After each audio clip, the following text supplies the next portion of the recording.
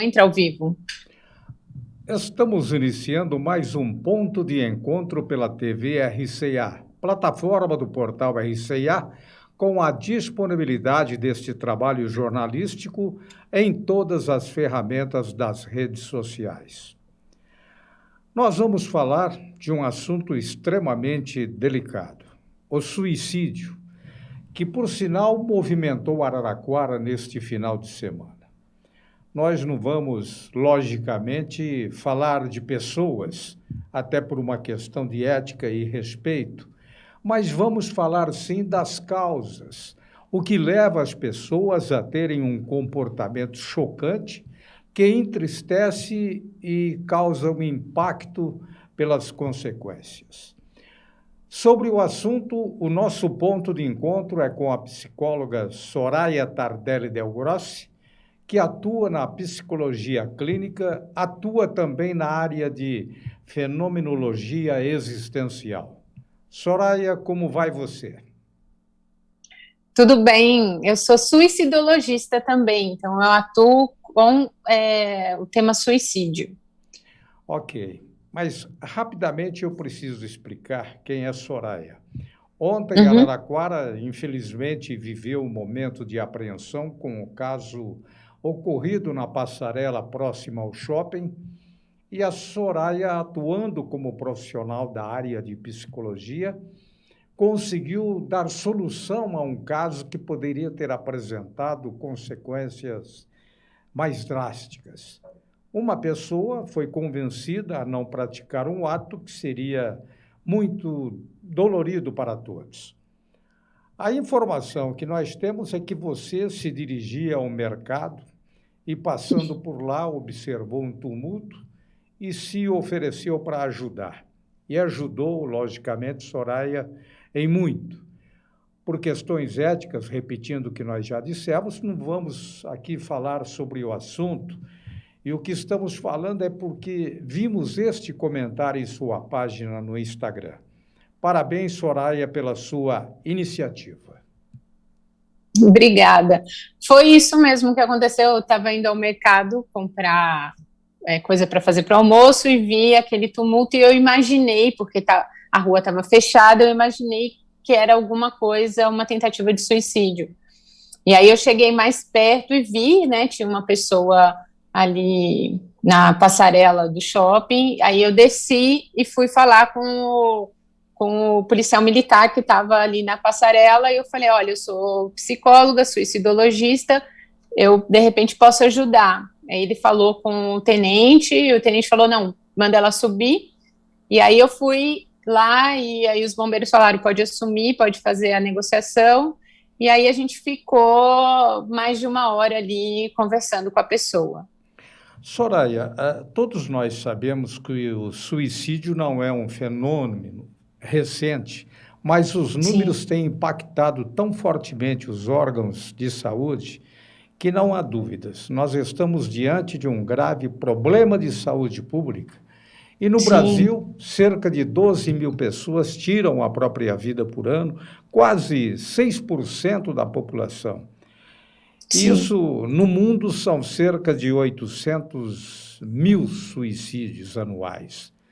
O Brasil ele só perde para os Estados Unidos. É isso mesmo que está acontecendo com a humanidade em seu todo? A gente costuma falar que o suicídio é epidêmico, né? Acontece mais ou menos 800 mil suicídios por ano, a cada 40 segundos alguém tira a própria vida. Então é muita coisa. No Brasil, na última pesquisa que foi feita, as últimas notificações são ocasionados mais ou menos 32 suicídios por dia. Então é muita coisa, muita coisa. Realmente são números muito expressivos e muito epidêmico mesmo. E a gente fala de epidêmico porque existe também o fenômeno do efeito contágio. Então, como é notificado o suicídio e como ele é ocasionado nas cidades, né, nos lugares públicos, ele causa um efeito contágio, porque a cada suicídio, 145 pessoas são impactadas. Então, ele não impacta somente a família, o núcleo dele, ele impacta uma sociedade. E aí, se a gente pensar que a cada suicídio, 145 pessoas são impactadas, e no Brasil, 32 suicídios acontecem por dia, então a gente tem uma multidão impactada, né? Então, eu estava fazendo uma pesquisa sobre o assunto e acabei verificando que a maioria é homem, é negro e com idade entre 10 e 29 anos de idade. Segundo dados do Ministério da Saúde, avaliados nestes últimos 4 anos e divulgados numa pesquisa muito recente, foi inclusive no ano passado. Mas, Soraya, como se explica isso? Homem negro com idade entre 10 e 29 anos. As mulheres, elas tentam mais o suicídio. Então, 69% a mais das mulheres, elas tentam suicídio. Os homens, eles não tentam tanto, porque a gente tem que entender que, assim, para cada tentativa a gente precisa de 20 tentativas de suicídio para um ato de suicídio. Então, a pessoa, ela tenta mais ou menos 20 vezes o suicídio para consumar mesmo, para, de fato, morrer. Só que as mulheres tentam muito suicídio. O homem, porque ele sempre procura uma forma mais letal de tentativa de suicídio, então ele morre mais. Então, o homem, ele é muito mais agressivo na tentativa, no método, do que a mulher. E por isso o homem morre muito mais que a mulher. Mas nas últimas pesquisas a gente está vendo que está se equiparando isso. A mulher tem morrido bastante também. O homem negro, né? A gente sabe, nossa sociedade é uma sociedade racista mesmo, é uma sociedade que dificulta o acesso à população negra, então a população negra morre mais mesmo de suicídio, e por isso que o suicídio ele é um episódio de saúde pública mesmo. A gente tem que falar sobre suicídio de saúde, que as prefeituras, o governo, tudo a gente tem que pensar em prevenção de um jeito mais macro mesmo, né? Os índices também apontam, Soraya, que mais de 90% dos pacientes que se suicidaram havia em cada uma delas uma doença mental relacionada. Na grande maioria dos casos, o diagnóstico associado era de depressão. O que você pode me explicar sobre isso?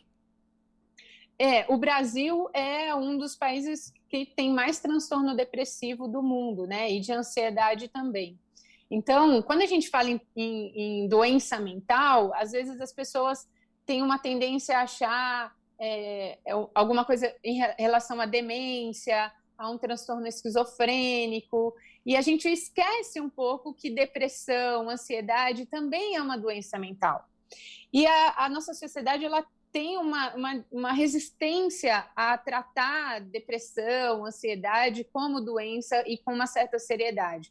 Aquela pessoa, ela é fraca, ela está fazendo uma frescura, ela não quer, Então, as pessoas já têm um estereótipo de doença mental e uma dificuldade em ir procurar ajuda, porque tem esse estereótipo de que a pessoa é fraca, né? Ela não está aguentando, a vida é assim mesmo. E é verdade, 90% das pessoas que cometem suicídio, eles têm um histórico de doença mental, de depressão, de ansiedade. Existe, sim, uma prevalência de esquizofrenia, né? De fato, são os transtornos mentais, né? Porque, em primeiro lugar, está a depressão, seguida do transtorno bipolar e o abuso também de drogas. Sim, São esses os temas centrais da tentativa de suicídio? sim, sim. O suicídio, ele é ele é um episódio multifatorial, então não é só uma coisa que provoca o suicídio. O suicídio, ele é impulsivo, né? Por mais que haja um planejamento prévio, às vezes, muitas vezes, né? Para a tentativa de suicídio, então a pessoa compra a corda ou a pessoa tem uma arma de fogo. O ato suicida, ele é impulsivo. Então, por isso, quando a gente fala em prevenção, a gente tem que entender que, como ele é multifatorial, não é só uma causa que leva a pessoa a cometer suicídio, é uma somatória de coisas. Então, a gente tem que trabalhar nessa prevenção, de que a pessoa não chega nesse estado de desespero que acha que a única saída é desistir da própria vida, né, é se matar ou fazer uma tentativa de suicídio. Nós também temos como situações, ainda mais neste período de pandemia, situações relacionadas ou vinculadas diretamente a desemprego, a sensações de vergonha, desonra, desilusões amorosas, além de antecedentes de doenças mentais. Sim. Tudo isso também faz parte desse contexto? Sim, e por isso que quem trabalha com suicídio e doença mental, né, os psicólogos, psiquiatras, a gente está muito em alerta, que a gente chama que é a quarta onda da pandemia, né, porque quando aconteceu a pandemia, quando a coisa explodiu no mundo e aqui no Brasil também, a tendência é que não haveria um aumento de suicídio, porque as pessoas estão muito em choque. Então, as pessoas iam ficar em casa mesmo, ou ia ter uma parte de negação, mas as pessoas iam ficar em choque, não iam tentar suicídio. E a gente já sabia que isso ia acontecer. Por mais que as pessoas falavam muito, né, o senso comum falava muito que não, as pessoas vão se matar mais, mas a gente sabia que não. Aí passa essa fase, essas ondas, a gente chama de quarta onda, porque daí vem o desemprego, aí vem a desesperança de que as coisas não vão melhorar e o que eu vou fazer, a falta de dinheiro, aqui no Brasil a fome, que está aumentando muito, e aí a gente chama da quarta onda, porque daí vem uma onda de depressão, de ansiedade, de desesperança mesmo, e as pessoas começam a não ter como não ver saída, né? E aí tem um agravamento que no começo da pandemia o acesso à saúde pública nesse sentido de saúde mental, eles estavam, no Brasil inteiro, não tinha acesso, as pessoas não tinham acesso, né? Porque eles estavam pausados.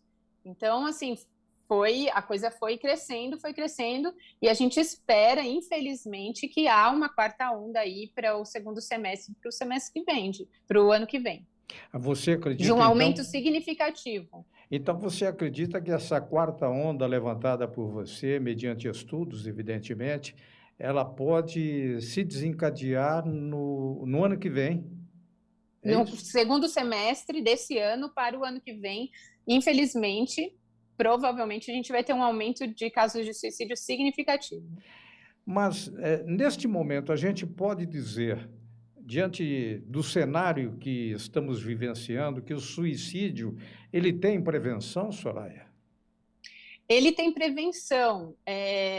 Lógico que é muito individual, né? É uma escolha da pessoa individual, e eu penso que não cabe julgamento de certo e errado, de ser coragem ou não, né? Ontem mesmo, as pessoas perguntaram: você escutava as coisas? Eu falava que não, e realmente eu não escutava, porque eu estava muito focada na pessoa ali, mas depois, eu vendo alguns vídeos, eu escutava algumas coisas muito tristes, né? Então, pula. Se você quisesse se matar, você já tinha se matado, né? Então, assim, a prevenção, ela é no sentido de a gente falar mais sobre suicídio. Por muitos anos, né, eu acho até que vocês aí da imprensa trabalhavam com isso, né, que não podia se noticiar suicídio, não podia falar sobre suicídio. E aí a gente sabe, depois de muitos estudos, que falar sobre suicídio é a melhor maneira de prevenir. Porque daí você fala, olha, tem aquele lugar que você pode buscar, não é fraqueza, você pode contar com alguém. A maioria das pessoas, em algum momento da vida, pensou em suicídio. Então, você começa a criar uma identificação com as pessoas de que, eu não sou um anormal de pensar isso, né? Eu vou buscar ajuda, eu vou buscar uma saída. Então, prevenir, uma das principais coisas da prevenção é falar sobre suicídio e sobre métodos de intervenção, aonde você pode ir, o que você pode fazer, qual é a rede de apoio que você pode acessar. E aí, se a gente for pensar em cidades, né, eu sei que o caso que aconteceu anterior ao de ontem foi num viaduto que acontece muitas tentativas, né, aqui. Então, assim, as cidades que estão acostumadas com isso fazem aquela tela, é feio, mas é assim que a gente vai prevenir, né? É assim que a gente vai fazer com que a pessoa não suba lá. Então, assim, a gente tem que também criar métodos de que a pessoa não tenha nem acesso a esse pilar, né, essa ponte. Não que a gente vai ter que tirar a ponte do lugar, lógico que não, mas a gente vai ter que pensar num jeito de colocar uma tela ali, né? Nos Estados Unidos tem isso, né? Uhum. Mas em relação às situações que nós estamos vendo, né, nas situações ligadas aos suicídios, há casos em que as pessoas elas buscam mais chamar atenção para o seu problema do que propriamente tentar se matar. É isso que acontece? É isso que acontece. O suicídio ele tem um vetor ali de manipulação, né? A tentativa de suicídio, na verdade, ela tem um vetor de manipulação. Eu não diria chamar a atenção, mas de manipular a questão ali.